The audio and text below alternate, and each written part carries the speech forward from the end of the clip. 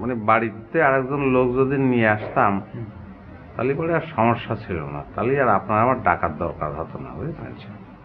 ওই মানে হয়েছে কি, আমি একলা ঘুমোতে পারি না, আমার খুব ভয় লাগে, বুঝলেন?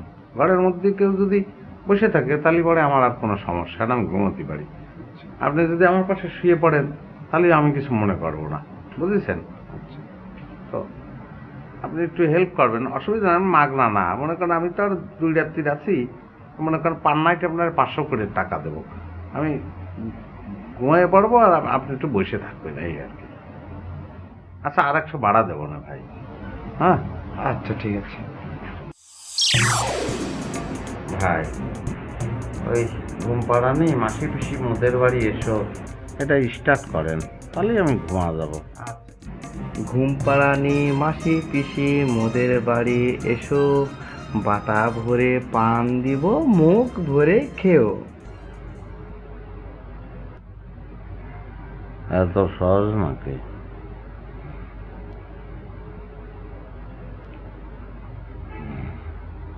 সমিলে পারবি, আমার সঙ্গে লোক আছে। না, এমন না, নিজের করি। এই, আপনার কি হয়েছে?